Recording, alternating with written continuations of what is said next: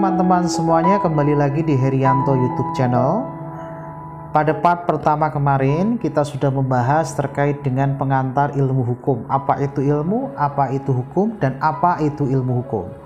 Nah, sekarang kita akan membahas, hukum itu sebenarnya untuk siapa? Ya kan? Hukum itu untuk siapa? Jadi hukum itu adalah untuk manusia. Maka ada adigium yang mengatakan ibi societas ubi ius, di mana ada masyarakat, di situ ada hukum. Masyarakat ini adalah manusia yang berkelompok, yang menyelenggarakan kehidupan, yang memiliki klasifikasi sosial tertentu dan budaya tertentu secara antropologis, dan secara sosiologis manusia itu hidup bersama sebagai makhluk sosial. Nah, karena manusia hidup bersama tadi, maka harus ada kejelasan terkait dengan hak dan kewajiban. Manusia sebagai makhluk sosial memiliki kepentingan masing-masing untuk menjalankan kehidupannya. Apa saja yang harus dijalankan kehidupan manusia yang terikat dengan kehidupan manusia yang lainnya, maka di dalam penyelenggaraan kehidupan sosial ada kaidah-kaidah sosial yang hidup di dalam masyarakat. Ada norma-norma yang hidup di dalam masyarakat.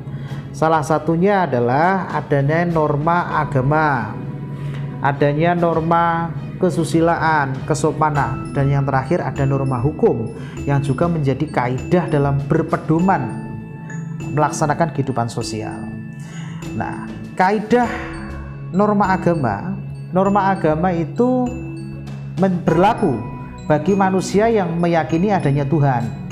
Secara teologis yakin ada Tuhan yang Maha Esa.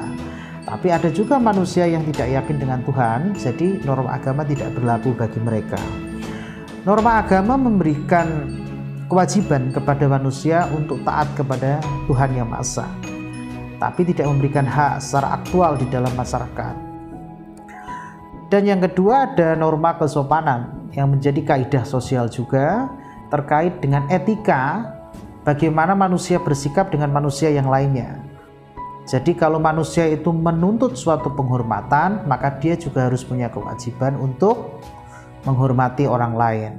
Nah, kalau kita tidak bisa menghormati orang lain, tentu ada justifikasi publik yang berkaitan dengan etika sosial.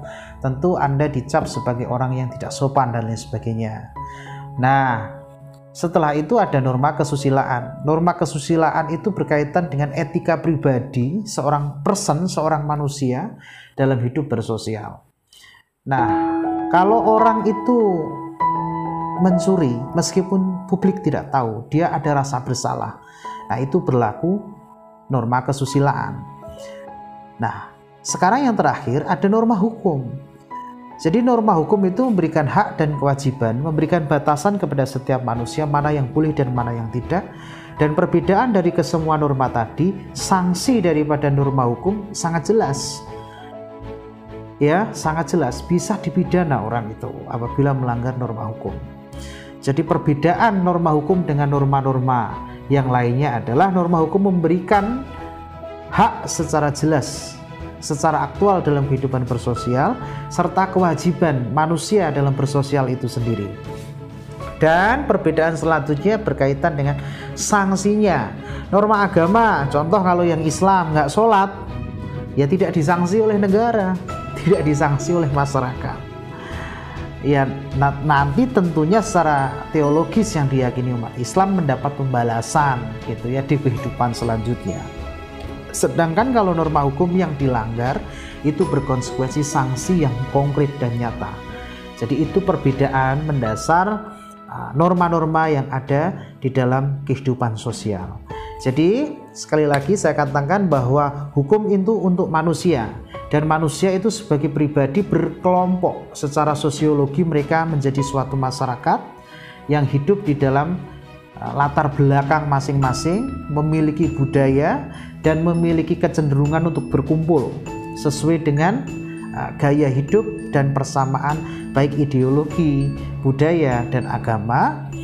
Kemudian memiliki cara-cara untuk menyelesaikan masalah secara antropologi, secara kebudayaan, dan ada hukum di sini.